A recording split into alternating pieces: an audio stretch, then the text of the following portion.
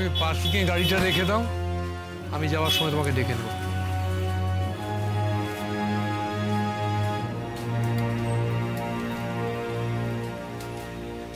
আরে আঙ্কেল। হ্যাঁ আঙ্কেল, আপনি এসেছেন? আসতে তো হবেই। এই সময় আমার মেয়ের পাশে আমি দাঁড়াবো না? যদিও জানি আমার মেয়ের অসম্ভব মনের জোর, কিন্তু কি জানো তো, এই সময় সামনে ভরসা দেওয়ার মতো মুখগুলো থাকলে না দৃঢ়তাটা বাড়ে। এনিওয়ে, হিয়ারিং কি শুরু হয়েছে? ওপেনিং স্টেটমেন্ট হয়েছে, এখন একটা ছোট্ট রিসার্চ চলছে, মিনিট 15, তারপর আবার শুরু হবে। আচ্ছা আচ্ছা, তা তোমরা কি এখন বেরিয়ে যাচ্ছ? হ্যাঁ আঙ্কেল, আসলে মেয়েটাকে বাড়িতে রেখে এসেছি তো, আরো এতটাই ছোট, খিদে টিদে পেলেও তো আমাকেই দরকার, তাই না? হ্যাঁ, সে তো বটেই। তো সে কুটিমা আছে কেমন? ভালো আছে আঙ্কেল, আপনি একদিন আসুন না, আপনার নাতনিকে একটু আদর করে যাবেন। হ্যাঁ যাবো তো বটেই, যাবো। ও কিন্তু এখনো আপনার আশীর্বাদ পায়নি, ওকে এই পৃথিবীতে সুস্থভাবে আনার জন্য আপনারও তো অনেক অবদান আছে। আমি কি করেছি? আরে যেতে তো হবেই আমাকে, সম্পর্কে তো সে আমার গার্লফ্রেন্ড। আচ্ছা আমি তাহলে যাই ভেতরে। আঙ্কেল, হ্যাঁ। সার্থক আসবে না তাই না? না, সার্থক বোধহয় আসবে না, তবে চিন্তা করো না, এই সমস্ত ঝড় বিবাদ অশান্তি একসময় থেমে যাবে। আসলে কি জানো, সময়ের পলি পড়ে সবকিছুই থিতিয়ে যায় একসময়, কিন্তু সময়টা যে চলে যাচ্ছে সেটা তো মাথায় থাকে না কারো। তবে একদিন ওরা রিয়েলাইজ করবে যে মিথ্যে অভিমান করে জীবনের কতখানি মূল্যবান সময় ওরা হারিয়ে ফেলল। যাই হোক, তুমি দুশ্চিন্তা করো না, দেখবে একসময় সমস্ত মিলেমিশে গেছে। আমিও ঠিক এটাই বলছিলাম রাইকে, মান অভিমান এগুলো তো ভালোবাসারই অঙ্গ। আমি তো বুঝি, আর আমার মনে হয় রায়ও কিছুটা বোঝে। সার্থক স্রোতকে নিয়ে চিন্তা করে বলেই তো এত অভিমান জমে আছে ওর ভেতরে। আরো একটা জিনিস যে দুজনের মধ্যেই খুব প্রবল, সেটা হচ্ছে পাহাড় প্রমাণ ইগো। তবে আমার বিশ্বাস যে ইগো ছেড়ে ওরা ভালোবাসার হাত ধরবে, অভিমান ভুলবে। যাক, তোরা এগো, রাই, টেক কেয়ার, কেমন? ওকে, এগোলাম।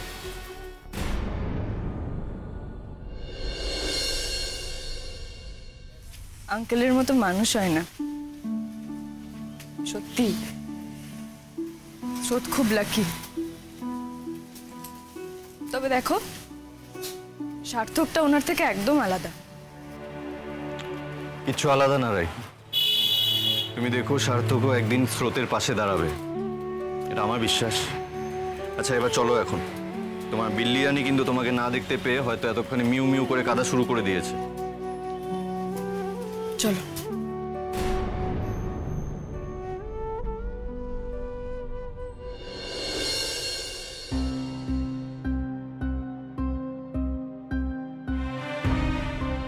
শরীর খারাপ লাগছে? না, কোর্টে বসে থাকার অভ্যেস আছে। তোমার বোন যখন তোমার সঙ্গে কথা বলছিল ভয় হচ্ছিল ও ফস করে বেফাস কিছু বলে না ফেলে, তাহলে কেলেঙ্কারি হয়ে যেত, পুলিশ অনেক কিছু প্রমাণ করার সুযোগ পেয়ে যেত। চিন্তা করো না, ও আমার বোন ঠিকই, কিন্তু ও আমার থেকে অনেক বেশি বুদ্ধি ধরে। এখানে ও তোমাকে না চেনারই ভান করে থাকবে। যাক, চিনলে ওর নিজেরও বিপদ, পুলিশ ওর পেছনে ফেউয়ের মতো পড়ে থাকবে, কেরিয়ার ও সংসার ও জীবন সবকিছু শেষ করে দেবে।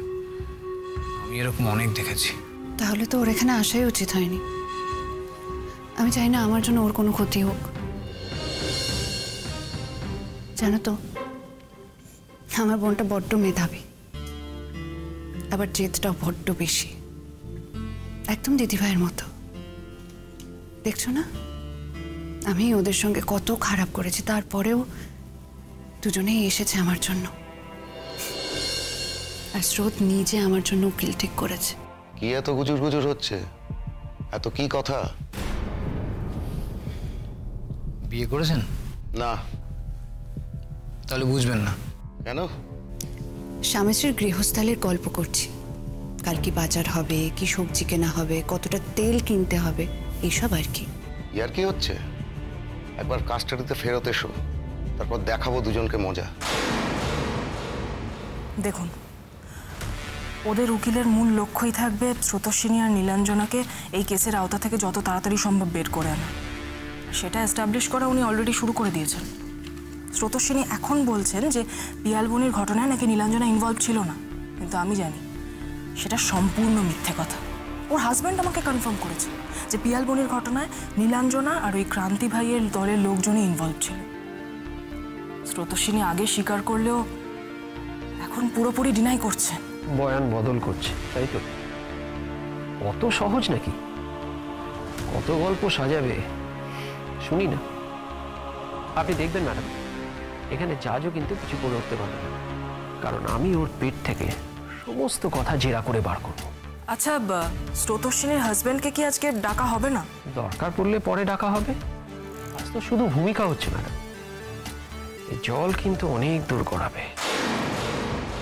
একটা বেসিক জিনিস তোমরা সবাই মাথায় রাখবে, কোনো রকম চাপের মুখে পড়ে কোনো কথা বলবে না। রবের সঙ্গে আমি বহুদিন কাজ করেছি, ওকে আমি খুব ভালো করে চিনি। ও তোমাদেরকে নানান রকমভাবে নানান কথা বলে কনফিউজ করার চেষ্টা করবে, কিন্তু তোমরা কেউ কোনো রকম কনফিউশনে ঢুকবে না। বারবার একই রকম কথা বলবে, টাইম, ঘন্টা, মিনিট, প্রশ্ন করবে হাজারো একটা, কোথায়, কখন, কেন, কিসের জন্য, এক কথা বারবার বলে যাবে। তোমরা তখন কিন্তু মাথাটা ঠান্ডা রাখবে, কেউ কোনো উত্তেজিত হবে না। বাদবাকিটা আমি তো আছি সামনে নেওয়ার জন্য। স্যার, আমাদের বাড়ির লোকজনকেও কি কোর্টে ডাকবে?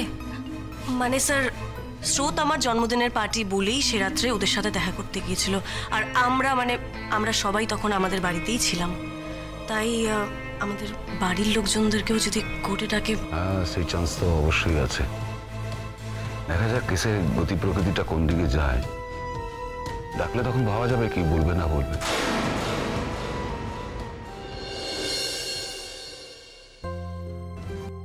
বাপি এসেছে। Excuse me sir. কেমন আছিস? ভালো বাপি। ভয় পাসনি? তুমি এসেছো, থ্যাংক ইউ। আসবো না, আমার মেয়ে আছে। আর বাবাকে থ্যাংক ইউ জানাচ্ছিস? তাহলে তোমার না আসাই ভালো ছিল। ধর না, তুমি এসো এদিকে, এসো। স্যার, আমার বাপি doctor Prantosh Sengupta. Hello sir. সম্পর্কে আমার শ্বশুরমশাই, কিন্তু আমার বাপি। আমি আপনার কথা অনেক শুনেছি, আপনার চিকিৎসা পদ্ধতি, আপনার সার্জারির সুখ্যাতি। আপনি তো এখন জীবন্ত কিংবদন্তি চিকিৎসক হয়ে গেছেন। সে তো আপনার কথা অনেক শুনেছি, শুধু আমার মেয়ের মুখে নয়, কাগজেও পড়েছি। আপনার কেস নিয়ে তো রীতিমতো তর্ক বিতর্ক চলে, তবে I am sure they are getting the best advice. দেখুন, আমি আমার সেরাটা দেওয়ার চেষ্টা করব, তারপর দেখা যাক কি হয়। আমার মনে হয় যে রিসার্চটা শেষের দিকে চলে এসছে। আপনারা বসুন, আমরা আমার কাগজপত্রগুলো একটু গুছিয়ে দিই।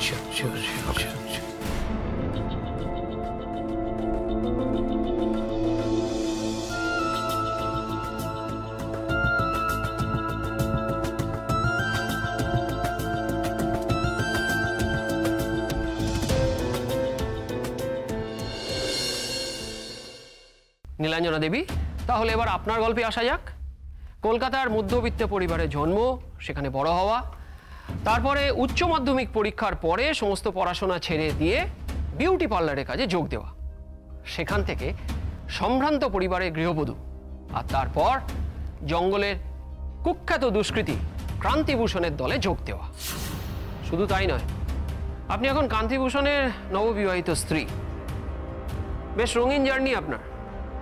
অবশ্য আপনি বিয়ের পর এই শহরে অলরেডি অনেক কেরামতি দেখিয়েছিলেন।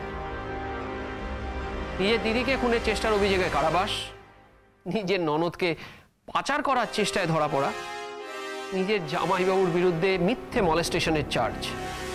আপনার তো শুধু কালারফুল নয়, বেশ ঘটনাবহুল জীবন ম্যাডাম। ইওর অনার, আমি নীলাঞ্জনা দেবীর পাস্ট ক্রিমিনাল রেকর্ড আদালতের কাছে পেশ করতে চাইছি। মানে উনি আগে কি কি ক্রাইম করেছেন। Objection your honour. আমার বন্ধু নীলাঞ্জনা দেবীর বিরুদ্ধে যে অভিযোগের লিস্টটা দিচ্ছেন সেটা কিন্তু এখনো অবধি আদালতে কোনোভাবে প্রমাণিত নয়। হ্যাঁ, এটা ঠিক যে ওনার বিরুদ্ধে কিছু পুলিশের খাতায় কেস আছে, কিন্তু সেগুলো এখনো বিচার সাপেক্ষ। কিন্তু আমার মনে হয় ইওর অনার যে আমার লার্নেড ফ্রেন্ড আদালতকে বিভ্রান্ত করার জন্য এই সমস্ত প্রশ্নগুলো টেনে আনছেন। আশ্চর্য কথা বলছেন উনি ইওর অনার। আমরা একজন অভিযুক্তর পাস্ট হিস্ট্রি দেখি। নীলাঞ্জনা দেবী যে অপরাধ মনস্ক সেটা বোঝানোর জন্যই আদালতের কাছে এই কাগজগুলো দেওয়া।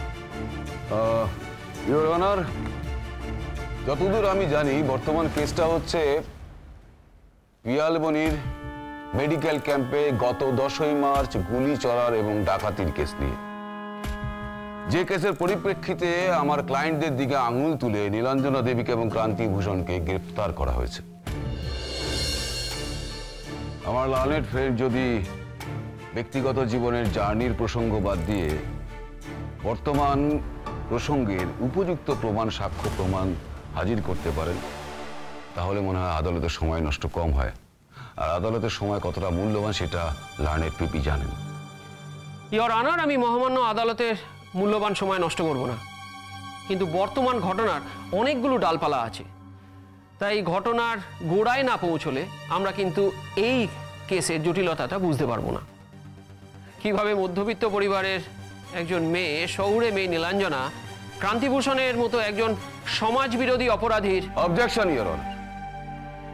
আমার ক্লায়েন্ট ক্রান্তিভূষণের বিরুদ্ধে এখনো অবধি কোনো সমাজ বিরোধিতার প্রমাণ আদালতে পেশ করা হয়নি। যদি হয়ে থাকে তাহলে দয়া করে আমাকে জানান হোক পিপি। ইওর অনার, দেশের আইন বলে ইনোসেন্ট আনটিল প্রুভেন গিলটি। কাউকে অপরাধী বা ক্রিমিনাল প্রমাণ করে সেটা বলুন, আমার কোনো অসুবিধা নেই, কিন্তু যতক্ষণ না প্রমাণ হয় সে কেবল অভিযুক্ত। অবজেকশন সাসটেন্ড। মিস্টার মিত্র, অযথা বাক্য বিনাশে সময় নষ্ট না করে আপনি কেস সংক্রান্ত প্রশ্ন করুন। Thank you sir, thank you.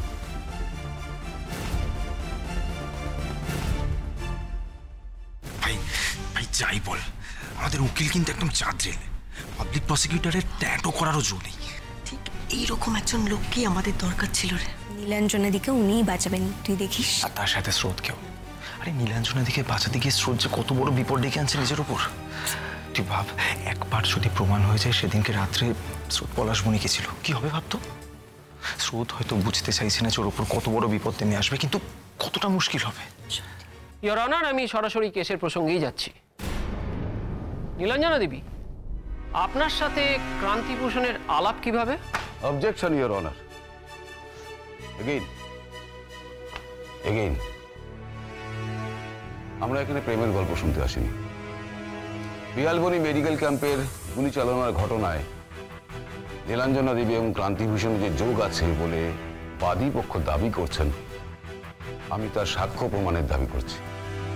Your honour, প্রত্যেকবার যদি আমার লার্নেড ফ্রেন্ড এভাবে আমাকে বাধা দেন, তাহলে আমি আমার বক্তব্যগুলো পেশ করব কি করে, বা আমি অভিযোগগুলো প্রমাণ করবই বা কি করে? অভিযুক্তকে প্রশ্ন করার সুযোগ তো উনি দিচ্ছেনই না। আর আমি আগেই বলেছি, এই কেসের ডালপালা কিন্তু অনেকটা জায়গা জুড়ে আছে।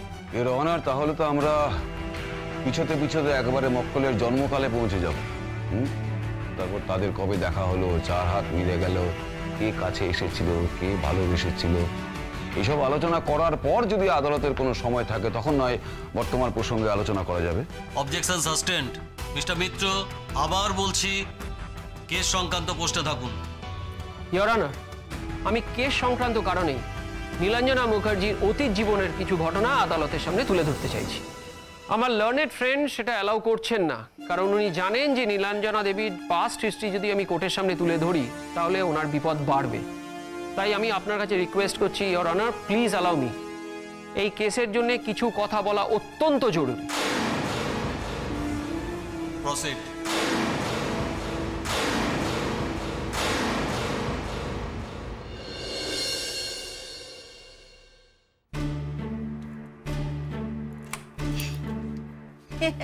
তোমরা এসে গেছো, ভালোই হলো। আমি চা বসাচ্ছিলাম। বিল্লি রানী কোথায়? ঘুমোচ্ছে এখনো? কান্নাকাটি করছিল নাকি?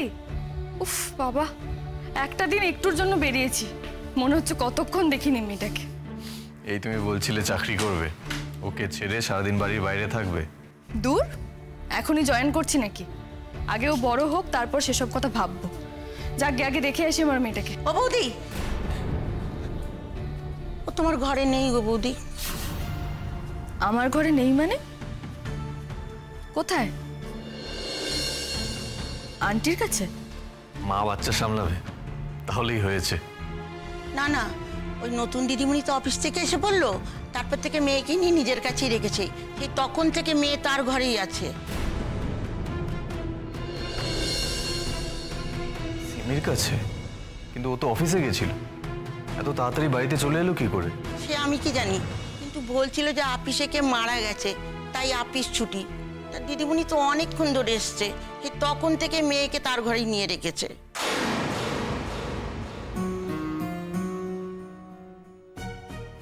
ভালো, কাঁদেনি তো? কই কাঁদতে শুনিনি তো একবারও।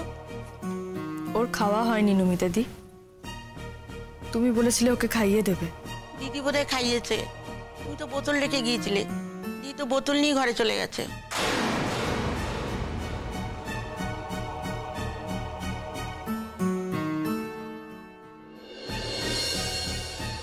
বিলদিরানিটা কই? হ্যাঁ, গুলগুলিটা কই? গুলগুলি গুলি গুলি গুলি গুলি গুলি গুলি। বাবা রে বাবা, তোকে কিন্তু খুব চিনেছে। হ্যাঁ, বাণীর মেয়ে বুদ্ধিমতী হবে আন্টি, খুব বুদ্ধিমতী হবে। কি হবে তুমি? তুমি কি হবে? বুদ্ধিমতী হবে? হ্যাঁ, বুদ্ধিমতী। এই, ও তোকে কিন্তু খুব ভালোবাসে, দেখ খুব ভালোবাসে তোকে। সেই তখন থেকে তোর সাথে খেলেই যাচ্ছে, কান্নাকাটি নেই, ঘুম নেই, কিচ্ছু নেই। দুজন মানুষ কে দেখে বলবে? হ্যাঁ, কে দেখে বলবে বলতো? বাচ্চারা না টাচ বোঝে, ওদের ইনটিউশন খুব স্ট্রং। তো দেখেছি ওই রায়ের কাছে থাকলে খালি কাঁদে, খালি কাঁদে। অথচ তোর কাছে দেখ, সেই দুপুর থেকে খেলা করছে, কত হাসছে। ও সোনা, তোমার সিমি আন্টিকে খুব পছন্দ হয়েছে, তাই না? এই তোরা এসে গেছিস? আমি বললাম দেরি হবে তোদের আসতে। তোর অফিসে কে মারা গেছে রে, যে অফিস ছুটি দিয়ে দিল আজ? আরে এক্স চেয়ারম্যান, আমার যাওয়াটাই বেকার হয়ে গেছে আজকে। হ্যাঁ, সে কি অফিস না স্কুল? এরকম আমরা স্কুলে ছুটি পেতাম, কি মনে আছে মা? এক্স প্রিন্সিপাল মারা গেল, আমাদের স্কুল ছুটি হয়ে যাচ্ছে। তো এমএনসি তো দেখছি ভীষণ উদার আজকাল। বিলিরানি, দেখেছো? দেখেছো তোমার মাম্মা পাপা এসে গেছে? তুমি কি দেখেছো? হ্যাঁ রাই, আসলে আমি আসার পরই না ও ঘুম থেকে উঠে পড়েছিল, এত কান্নাকাটি করছিল, নমিতাদি সামলাতে পারছিল না। ওই জন্য আমি আমার ঘরে নিয়ে চলে এসেছি। তখন আমি জানি তুমি বিছানায় শোয়ানো পছন্দ করো না, আমি ভেবেছিলাম তোমাদের ঘর থেকে কটটা নিয়ে আসবো, কিন্তু এত জলি মুডে ছিল আমি ওর সাথে খেলতে শুরু করে দিয়েছি। তাই তো বিল্লি রানী? হ্যাঁ।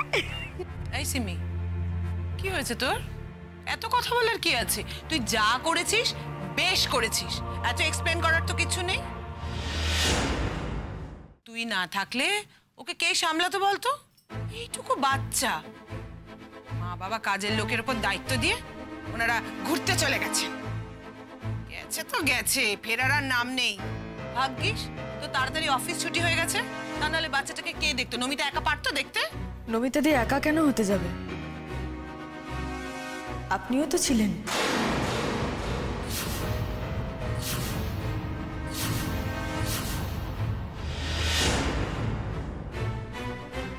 আমি ছিলাম মানে? এই, কি মনে করেছো তুমি? তোমরা বেড়াতে বেরোবে আর আমি তোমার বাচ্চা কোলে নিয়ে বসে থাকবো? আপনার বোধহয় কোথাও একটা ভুল হচ্ছে আন্টি। আমি বেরিয়ে বেড়াতে যাইনি, একটা দরকারি কাজে গেছিলাম, আর একাই যেতে চেয়েছিলাম আমি। অনির্বাণ আমায় একা যেতে দেয়নি। হ্যাঁ তাই তো, তুমি তো কচি খুকি, তোমাকে একা ছাড়া যায় না। অথচ কচি বাচ্চাকে একা রেখে চলে যাওয়া যায়।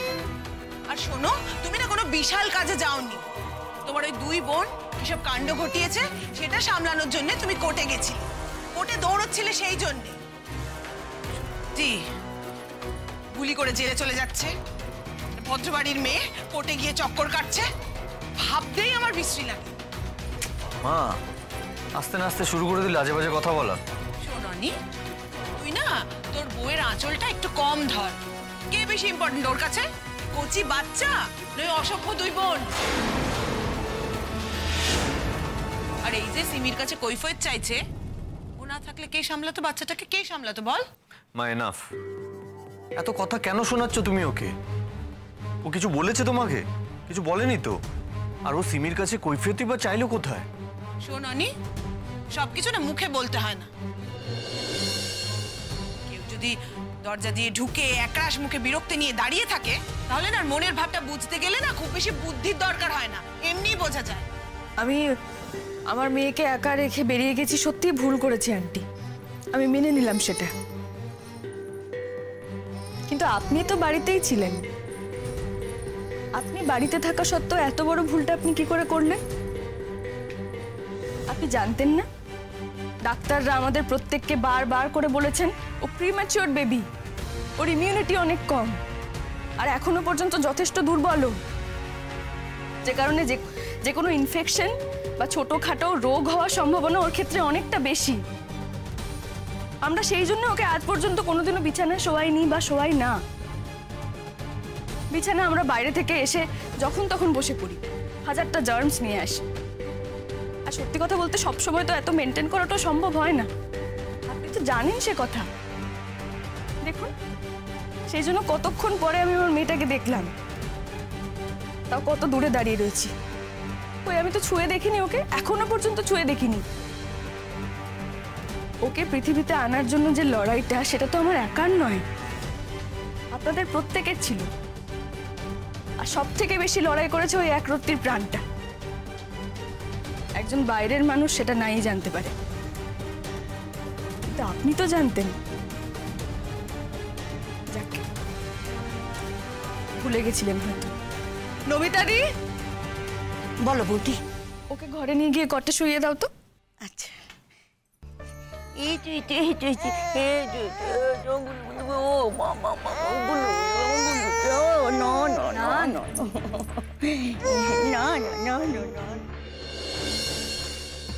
আর এটা কি তুমি নিয়ে এসেছো সিমি? হ্যাঁ, ওই রাস্তা দিয়ে যাওয়ার সময় দোকানে চোখে পড়লো, তখন বিলির কথা মনে হওয়াতে লোভের বশে কিনে ফেলেছি। আমি এতক্ষণ ধরে যে কথাগুলো বললাম, সেই কারণেই কিন্তু ওকে বেশি খেলনাপাতি আমরা দিই না সিমি। দেখো, আমি জানি এটা তোমার জানার কথা নয়, কিন্তু কি বলতো, বাইরে থেকে হাজারটা জিনিস নিয়ে এলে তো প্রচন্ড বেশি জার্মস থাকে। সবসময় বাড়িতে এনে সেটা পরিষ্কার করাও সম্ভব হয় না, অসুবিধের। তাছাড়া আরো একটা বিষয়, তুমি প্রত্যেকদিন এই যে ওর জন্য হাতে করে কিছু না কিছু নিয়ে আসছো, কেন করছো এটা? তোমার এখন ফিনান্সিয়াল ক্রাইসিস চলছে, তুমি সদ্য একটা চাকরি পেয়েছো, এখনো পর্যন্ত স্যালারিও পাওনি, তার মধ্যে প্রত্যেক মাসে বাবার চিকিৎসার জন্য এতগুলো টাকা তোমাকে দিতে হয়। আমার খুব খারাপ লাগছে সিমি, তুমি ওর জন্য এত কিছু এনো না, কোনো দরকার নেই। তোমার ভালোবাসা আর ইন্টেনশনকে সম্মান করেই আমি কথাটা বলছি সিমি, তুমি প্লিজ অন্যভাবে নিও না। সত্যি কথা বলতে নষ্ট করার মতো টাকা তো এই মুহূর্তে তোমার কাছে নেই, তাই না? সেদিন তুমি একটা জামা কিনে আনলে, আজকে এত বড় একটা পুতুল নিয়ে এসেছো, কেন করছো এগুলো? আর আরো একটা বিষয়,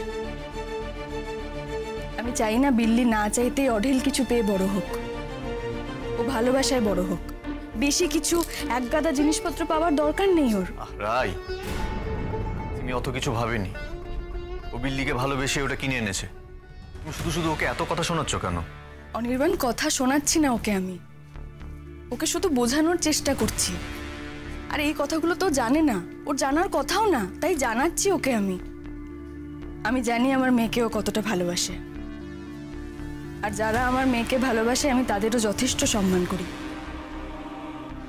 কিন্তু কি বলতো অনির্বাণ, আমি তো মধ্যবিত্ত বাড়ির মেয়ে, না চাইতেই কোনো কিছু পেয়ে যাওয়ার এই অভ্যেসটা না মানুষকে জিনিসের মূল্য দিতে শেখায় না, ভালোবাসারও গুরুত্ব দিতে শেখায় না। সেই জন্য ওকে এতগুলো কথা বলার। আর আমি চাই না বিল্লি ওকে শুধুমাত্র ওর জন্য, ও বিল্লির জন্য এত জিনিস কিনে আনে বলে ওকে ভালোবাসুক। আমরা প্রত্যেকে ওকে খুব ভালোবাসি, আর সেই ভালোবাসার খাতিরে এই গণ্ডিটুকু আমাদের মনে কাটতে হবে অনির্বাণ। সরি রাই, আমি সত্যি এত কিছু ভেবে কিনিনি। আসলে তোমার মেয়ে বিল্লি এত মিষ্টি না, ওর মুখটা দেখলেই মনে হয় খালি আদর করি, আর মনে হয় ওর জন্য ভালো ভালো গিফট কিনি। কিন্তু যা ওর জন্য বা ওর শরীরের জন্য বা ওর ভবিষ্যতের জন্য ক্ষতিকর, সেটা সত্যি করা উচিত নয় আমাদের। এই সিমি, চুপ কর তো। তুই এত কথা বলছিস কেন? তুই যা করেছিস বেশ করেছিস। যে কোনো বাচ্চা ভালোবাসা মানুষই এই কাজ করতে পারে। তাছাড়া আমরা তো রাইয়ের মতো অত মেপে ভালোবাসতে শিখিনি না, তার রাইয়ের এই কঠিন কথাগুলো আমরা বুঝতে পারছি না। বাই দ্য ওয়ে, রাই, তোমার মুডটা অফ কেন? কি হলো কোটে? তোমার বোনের জেল হলো বুঝি? যাবজ্জীবন নাকি কয়েক বছরের?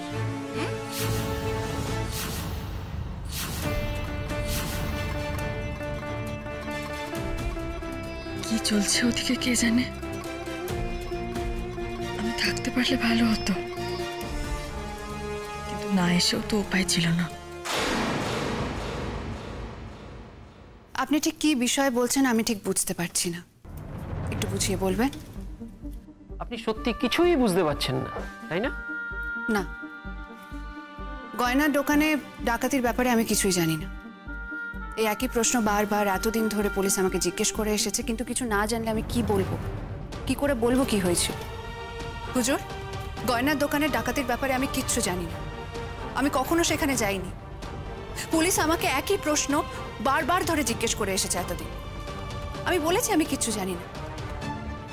আমার মনে হয় কোথাও একটা ভুল হচ্ছে, পুলিশ আমাকে অন্য কারোর সঙ্গে গুলিয়ে ফেলেছে, সেই কারণেই হয়তো ভুলবশত আমাকে অ্যারেস্ট করা হয়েছে। হুজুর, আপনি আমাকে বাঁচান, আপনি আমাকে। বাহ, আপনি তো দিব্যি ভালো অভিনয় করেন। আপনি ওই গয়নার দোকানে গেছেন নীলাঞ্জনা দেবী, আপনি নিজে স্বয়ং গেছেন। আপনি বোধহয় ভুলে গেছেন। আমি বরং আপনাকে একটু মনে করিয়ে দিই।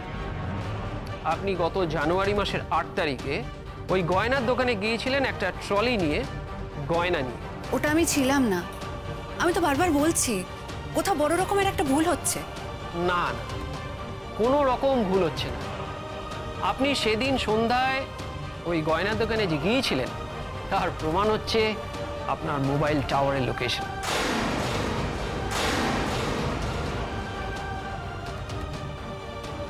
যেটা দেখাচ্ছে ডাকাতির দিন ওই সময় বা তার আশেপাশে আপনি ওখানে উপস্থিত ছিলেন। আপনি কি তাহলে দয়া করে আদালতকে জানাবেন যে আপনার মোবাইল হাওয়া খেতে ওই দোকানে গিয়েছিল, নাকি বলবেন যে আপনার মোবাইল চুরি হয়ে গিয়েছিল?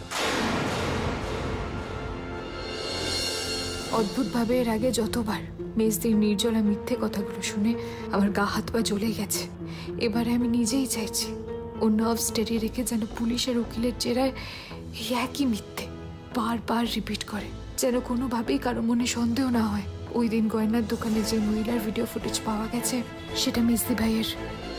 Objection, your honour. আমার লার্নেড বন্ধু হাতে টেকনোলজির কিছু অক্ষমতার কথা ভুলে যাচ্ছেন।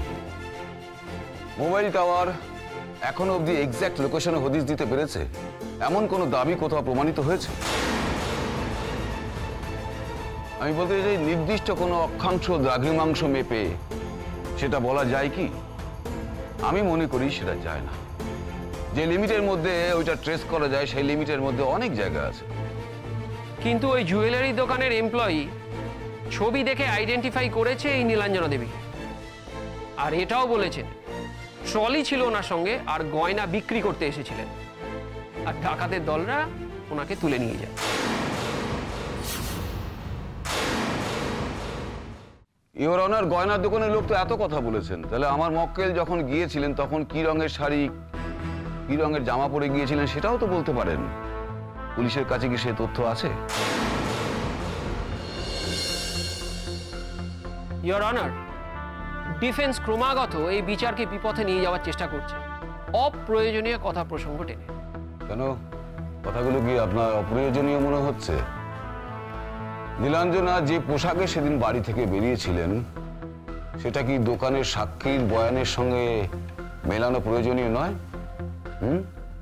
তো দ্য এস্টাবলিশড আইডেন্টিটি সেটা কি করা হয়েছে? এই বিষয়ে কোনো তথ্য আপনাদের কাছে আছে? স্যার, এটা ওই গয়নার দোকানের ডাকাতি তদন্তের মধ্যে পড়ে। আমি জানতে চাইছি এই আইডেন্টিটি এস্টাবলিশমেন্ট কি সম্পূর্ণ? না ইওর অনার, ওই কেসে তদন্ত এখনো শেষ হয়নি। তাহলে ওই তদন্তই হোক। কোর্টটা তো তদন্ত সম্পূর্ণ করার জায়গা নয়, ওটা পুলিশের কাজ। কোর্ট শুধু বিচারের জায়গা। আপনি অন্য প্রশ্ন করুন। ইওর অনার, আমি অন্য প্রশ্ন করছি অভিযুক্তকে।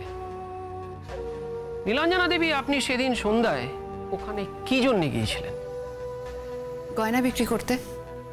দেখুন ইওর অনার, অভিযুক্ত নিজেই স্বীকার করছেন যে উনি ওখানে গিয়েছিলেন গয়না বিক্রি করতে। বলুন, তারপর কি কি হলো গয়নার দোকানে? কিন্তু আমি ওই দোকানে যাইনি। ওর পাশের গলিতে একটা গয়নার দোকান আছে, রোজ জুয়েলারি নামে। আমি সেখানে গয়না বিক্রি করার কথা ভেবেছিলাম। Is that so? তারপর আপনি রোজ জুয়েলারিতে ঢোকেন এবং সেখানে গয়না বিক্রি করেন? না, মানে আমি আর ভেতরে যাইনি শেষ অবধি। কেন? আমি আমার সিদ্ধান্ত বদলে নিয়েছিলাম। অসাধারণ, চমৎকার নীলাঞ্জনা দেবী। তা আপনি আপনার সিদ্ধান্ত বদলে কি করলেন? মানে অপেক্ষা করলেন কখন অমুক দল ওই জুয়েলারি, মানে অমুক জুয়েলারিতে ডাকাতি করে আপনার কাছে আসবে আর আপনাকে ছোট্ট করে লিফট দেবে, তাই তো? বাহ, আপনি তো বেশ গল্প বানাতে পারেন উকিল বাবু। তাহলে আমাকে কেন জিজ্ঞেস করছেন? নিজের মতো গল্প বানিয়ে বলুন না জজ সাহেবকে, বলুন। আপনাকে যেটুকু জিজ্ঞাসা করা হচ্ছে শুধু সেটুকুর জবাব দিন, কোনো এক্সট্রা কথা বলবেন না। যা সত্যি সেটাই তো বলছি। আপনি কি ঘুরিয়ে ফিরিয়ে একই দিকে টেনে নিয়ে যাওয়ার চেষ্টা করছেন আমাকে, যেটা এতদিন পুলিশ আমার সঙ্গে করেছে? আমার যা বলার আমি বলে দিয়েছি।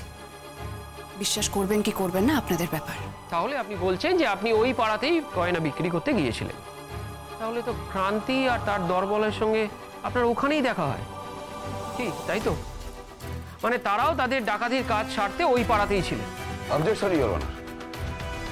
জুয়েলারি কেসে ডাকাতির দল মানে কান্তিভূষণের দল বলে পাবলিক প্রসিকিউটর যার দিকে ইঙ্গিত করছেন, সেই ডাকাতির কেসে অপরাধী বলে কি তারা প্রমাণিত? একটু আগেই উনি বললেন যে সেই কেসের তদন্ত এখনো চলছে। তাহলে উনি কি করে বললেন যে আমার ক্লায়েন্ট কান্তিভূষণ সেখানে ডাকাতি করতে গিয়েছিল? সেক্ষেত্রে আমার ক্লায়েন্টের এটা সম্মানহানির ব্যাপার। আজও অবধি পুলিশ কিন্তু সেই গয়নার দোকানের ডাকাতির কিনারা করতে পারে এবং চার্জশিটও হয়। অথচ একজন সাধারণ নাগরিকের দিয়ে আঙুল তুলে দেওয়া হলো। ইওর অনার, গয়নার দোকানের ডাকাতিতে যে ক্রান্তির দল জড়িত ছিল সেটা পুলিশের সুনিশ্চিত ধারণা। ধারণা? ইওর অনার, তাহলে এখন আদালতে ফ্যাক্টর বদলে ধারণাকেই প্রাধান্য দেওয়া হচ্ছে। পুলিশের ধারণা ওই সোনার দোকানে ডাকাতির পিছনে আছে আমার মক্কেল ক্রান্তিভূষণ। পুলিশেরই ধারণা ডাকাতির শেষে কিডন্যাপ করে নীলাঞ্জনা মুখার্জি। অথচ নীলাঞ্জনা জানাচ্ছেন যে তাকে কেউ কিডন্যাপ করেনি। আর দোকানের কর্মচারীদের ধারণা যে উনি এখানে গয়না বিক্রি করতে এসেছিলেন এবং তাকে কিডন্যাপ করা হয়েছিল।